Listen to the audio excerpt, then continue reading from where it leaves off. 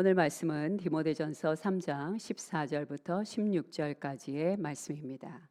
함께 한 목소리로 봉독하도록 하겠습니다. 시작. 내가 속히 내게 가기를 바라나 이것을 내게 쓰는 것은 만일 내가 지체하면 너로 하여금 하나님의 집에서 어떻게 행하여야 할지를 알게 하려 함이니 이 집은 살아계신 하나님의 교회여 진리의 기둥과 터니라. 그도다 경건의 비밀이여 그렇지 않다 하느니 없도다. 그는 육신으로 나타난 바 되시고 영으로 의롭다 하심을 받으시고 천사들에게 보이시고 만국에서 전파되시고 세상에서 믿음 바 되시고 영광 가운데서 울려지셨느니라. 아멘. 오늘 본문 말씀의 제목은 교회의 본질입니다. 사도 바울께서 디모데전서와 후서를 쓰신 이유가 있는데요. 그 이유는 무엇이냐면 바로 에베소 교회의 이단으로부터 교회를 지키기 위하여 에베소 교회에 디모데를 홀로 남겨두었기 때문입니다. 사도 바울의 처음 계획은 마게도냐 선교 여행을 빨리 끝내고 에베소 교회로 달려가는 것이었습니다. 그러나 우리가 잘 알고 있듯이 우리의 계획은 항상 예기치 못한 문제에 부딪히게 되는 것입니다. 결국 바울은 디모데에게 갈 수 없었고 에베소 교회에 머물 수 없었기에 급한 대로 어쩔 수 없이 서신을 보내게 됩니다. 오늘 본문 말씀의 14절 말씀을 보면요. 내가 속히 내게 가기를 바라나 이것을 내게 편지를 쓴다 라고 말합니다. 사도 바울이 얼마나 간절히 에베소 교회를 가기를 원했는지를 이 문장, 이 줄 한 줄에 나타나는 것을 볼 수 있습니다. 사도 바울의 마음은 어떻습니까? 그의 마음은 속히 에베소 교회를 향하고 있습니다. 그러나 그의 상황과 환경은 전혀 그렇지 못하므로 어쩔 수 없다라고 말하고 있는 것입니다. 여기서 우리는 만일 모든 사도 바울의 계획대로 만약에 사도 바울이 마게도냐 선교를 끝내고 디모데가 있는 에베소 교회로 향하게 됐다면 어떻게 되었을까요? 아마도 디모데 전서와 후서는 우리의 손에 의하여 읽혀지지 않았을 것입니다. 사도 바울은 분명히 에베소에 가서 디모데에게 할 말이 너무 많았어요. 왜냐하면 그 교회는 문제가 정말 많았거든요. 그래서 하나하나 조목조목 다 말하고 싶었음에도 불구하고 그럴 수 없었어요. 그런 사도 바울의 마음은 참으로 답답하고 안타깝고 그리고 걱정스러운 상황이었을 것입니다. 덕분에 오늘날 우리는 이 귀한 서신들을 조목조목 읽으며 목회는 이렇게 하는 거구나. 감독은 이런 자격이 있어야 되며 집사들은 이런 조건이 있어야 되며 교회 행정은 이렇게 해야 하는 것이구나 라는 것을 알 수 있게 되었다는 것입니다.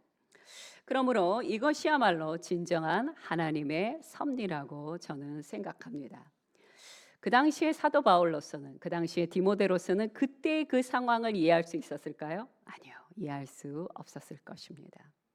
도무지 이해할 수도 없고요. 말도 안 되는 사건과 순간이라 할지라도 하나님께서는 그 모든 것들을 합력하여 반드시 선을 이루어 주신다는 것입니다. 만약 오늘날 사도 바울과 디모데가 당신들의 그 답답하고 안타까웠던 상황들이 오히려 하나님의 그 선하신 섭리로 말미암아 이렇게 디모데전서와 디모데후서로 인하여 하나님께 큰 영광이요 그리고 후배 믿음의 그 사람들에게 큰 은혜가 되었다는 것을 알게 되었다면 그들은 분명 다음과 같이 찬양했을 것입니다. 로마서 11장 33절 말씀을 한 목소리로 읽도록 하겠습니다. 시작. 깊도다 하나님의 지혜와 지식의 풍성하며 그의 판단은 헤아리지 못할 것이며 그의 길은 찾지 못할 것이로다. 아멘. 오늘 우리의 삶도 마찬가지입니다. 만사가 내 뜻대로 되지 않고요. 생각지도 못한 여러 가지 장애물, 특히 왜 이렇게 결핍이 많이 느껴지는지요. 그로 인하여 내 앞길은 캄캄하게만 느껴질 수 있습니다. 그러나 딱 한 걸음만 물러서서 하나님의 선하심을 신뢰함으로 믿음과 소망의 눈으로 볼 수 있다면 다르게 느껴지실 것입니다. 내게 주어진 모든 상황을 감사함으로 받을 수 있고 최선을 다하여 하나님을 신뢰함으로 하루하루 살아갈 수 있게 되는 것입니다. 차마 우리의 짧은 지식과 생각으로는 측량할 수 없지만 영원하신 하나님의 지혜와 은혜로 모든 것이 합력하여 선을 이루심을 믿고 아버지 앞에 나가시는 저와 여러분이 되기를 간절히 소망합니다. 창세기 45장 5절과 시편 92편 5절 그리고 이사야서 55장 9절 말씀을 연달아 함께 보도록 하겠습니다. 시작.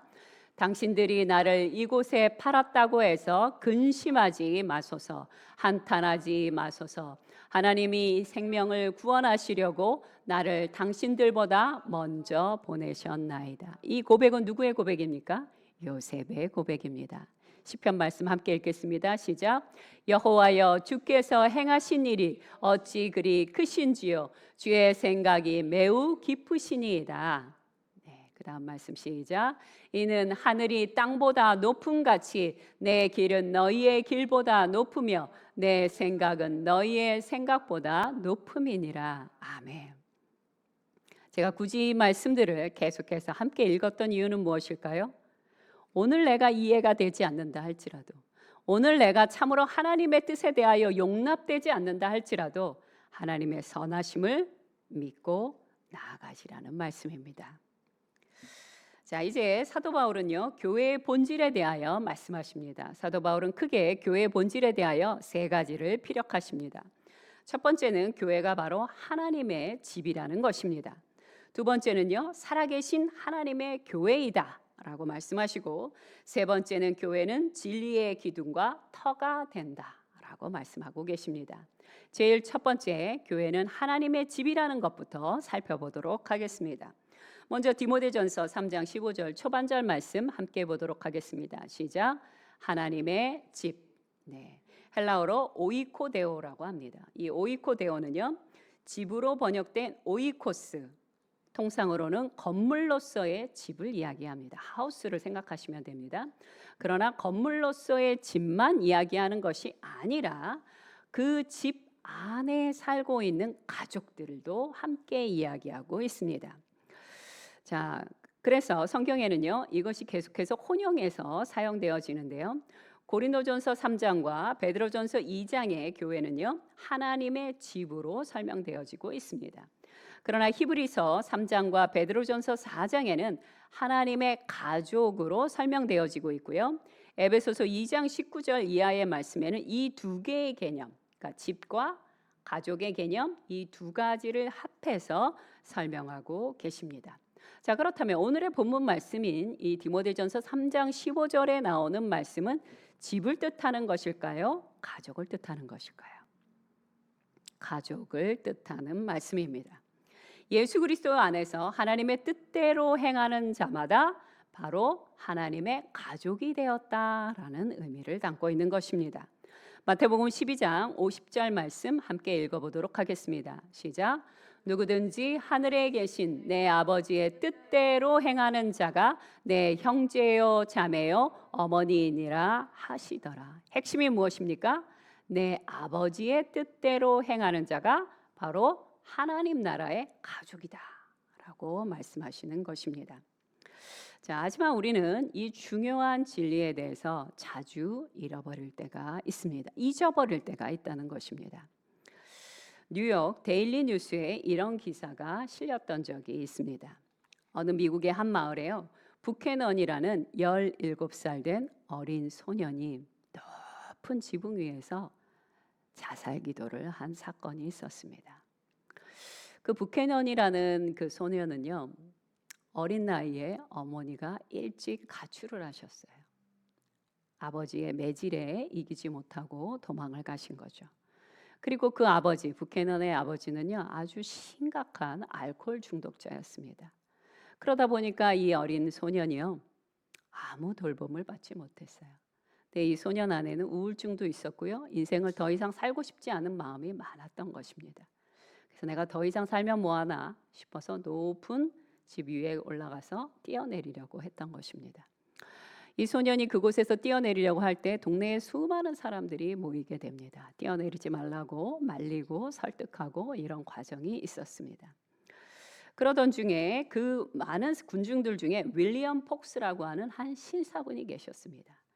그 윌리엄 폭스는 그 부캐넌을 향하여 이렇게 말했다고 합니다. 얘야, 걱정하지 말거라. 내가 너의 아버지가 되어줄 테니 이제 그곳에서 내려오거라 라고 말을 했다고 합니다. 그날 부캐넌이라는 소년은요, 무사히 지붕에서 내려올 수 있게 되었고 실제로 윌리엄 폭스라는 신사의 아들로 입양되어 행복하게 살았다고 합니다. 우리 주변에 자세히 보시게 되면 가족이 그리운 분들을 볼 수 있게 될 것입니다. 우리는 그분들을 입양까지는 할 수 없지만 예수 그리스도 안에서 또 하나님의 말씀을 행하는 자로서 같은 그리스도인으로서 한 형제요 자매로서 따뜻한 밥 한 끼 정도는 나눌 수 있을 것입니다. 그렇게 따뜻한 식사 한 끼를 나누는 것만으로도 같은 가족이요 친밀감과 그리고 긴밀감을 느낄 수 있게 되는 것이죠. 골로새서 3장 15절 말씀을 함께 보도록 하겠습니다. 시작. 너희는 평강을 위하여 한 몸으로 부르심을 받았나니 너희는 또한 감사하는 자가 되라. 오늘 내가 누군가의 가족이 되어 주었다면 나의 그 가족의 사랑을 받은 그 사람이 언젠가는 또 다른 외로운 누군가의 가족이 되어 줄 수 있을 것입니다. 두 번째 15절에서 뭐라고 얘기합니까? 교회는 이 집은 살아계신 하나님의 교회다라고 말씀하십니다. 15절 두 번째 말씀 부탁드립니다. 예, 시작. 이 집은 살아계신 하나님의 교회예요. 교회는 하나님의 집인데요. 그 하나님은 어떤 분이시냐? 살아계신 하나님이라는 것입니다. 이 말씀을 굳이 사도 바울이 디모데에게 했던 이유가 있습니다. 에베소는요, 아주 화려하고 웅장하기로 유명한 아데미 신전이 있었다고 합니다. 그런데 그 유명하고 화려한 그 신전의 신은 어떤 신이었을까요? 죽은 신이에요. 사람이 만든 신이에요. 그래서 그 신전이 아무리 멋지고 화려하다 할지라도, 아무리 명성이 높다 할지라도 그 신전은요, 그저 공허한 건물에 불과할 뿐입니다. 하지만 우리 하나님은 어떠십니까? 그분은 다르십니다. 여호와 하나님은 천지와 만물을 만드신 창조주가 되시고 땅에는 햇빛과 비를 주시며 산과 바다의 생물들을 다스리시며 길러주시고 보호하여 주시며 당신의 사랑하는 자들의 기도를 지금도 응답하여 주시는 살아계신 하나님이십니다. 존 스토트 목사님은 이런 질문을 하십니다. 그렇다면 그 살아계신 하나님은 도대체 어디 계십니까? 존 스토트 목사님은 이 질문과 함께 대답을 해주십니다. 여호수아서 3장 10절 초반절 말씀만 함께 읽겠습니다. 시작. 살아계신 하나님이 너희 가운데에 계시사. 아멘. 어디 계신다고요? 우리 가운데 함께 하십니다. 하나님은 왜 우리 가운데 함께 하시는 것일까요? 하나님이 하나님의 사랑하는 백성과 언약을 맺으셨기 때문입니다. 어떤 언약을 맺으셨는지 레위기 26장 12절 말씀 함께 보도록 하겠습니다. 시작. 나는 너희 중에 행하여 너희의 하나님이 되고 너희는 내 백성이 될 것이니라. 아멘. 뭐라고 말씀하십니까? 나는 너희 중에 행할 것이다. 나는 너희와 함께 할 것이다. 나는 너희와 동고동락할 것이다 라고 약속해 주셨기에 살아계신 하나님은 언제나 우리와 함께 하시는 것입니다. 그러니 오늘 나의 우울하고 무심한 심령이 뭐라고 말하든 상관없이 살아계실 뿐 아니라 우리와 함께 하시는 여호와 하나님과 동행하시기 바랍니다. 아멘. 이사야서 57장 15절 후반절 말씀만 함께 보도록 하겠습니다. 시작. 내가 높고 거룩한 곳에 있으며 또한 통회하고 마음이 겸손한 자와 함께 있나니 이는 겸손한 자의 영을 소생시키며 통회하는 자의 마음을 소생시키려 함이라. 우리와 함께 하시는 그 여호와 하나님은 슬퍼하고 낙담하고 절망하고 있는 우리의 마음을 소생시키고 눈물을 닦아주시며 그 슬픔이 변하여 춤과 기쁨이 되도록 변화시켜 주시는 하나님이십니다. 믿으십니까? 아멘. 자, 세 번째 사도 바울은 교회를 뭐라고 말하느냐? 진리의 기둥과 터가 된다라고 말하고 있습니다. 디모데전서 3장 15절 세 번째 말씀 부탁드립니다. 시작. 진리의 기둥과 터니라. 아멘. 자, 진리에 해당되는 헬라어 알레데이아스는요, 진리 또는 진리 대신 예수 그리스도를 뜻하는 단어입니다. 특히 여기에 터라고 나오는데요, 터로 번역된 헤드라이오마는 건물을 견고하게 받쳐주는 땅, 대지를 뜻하는 것입니다. 이 터라는 단어를 굳이 일부러 사용한 이유가 있습니다. 왜냐하면요, 그 에베소 교회 안에 거짓과 이단의 공격으로부터 교회가 복음을 확고히 지키라는 의미로 터라는 단어를 집어넣으셨다라고 말하고 있습니다. 자, 그렇다면 여기서 말씀하고 있는 진리가 무엇이라고요? 예수 그리스도입니다. 예수 그리스도가 유일한 진리인 이유는 무엇일까요? 왜 세상에 수많은 진리들이 있다고 얘기하는데 왜 우리 그리스도인들은 예수 그리스도만이 유일한 진리가 된다고 말하는 것일까요? 이유는 딱 하나입니다. 오직 예수 그리스도를 통하여만 구원을 얻을 수 있기 때문입니다. 그리고 그분 안에 참된 생명과 자유가 존재하기 때문입니다. 요한복음 8장 31절 후반절과 32절 말씀을 함께 보도록 하겠습니다. 시작. 너희가 내 말에 거하면 참으로 내 제자가 되고 진리를 알지니 진리가 너희를 자유롭게 하리라. 아멘.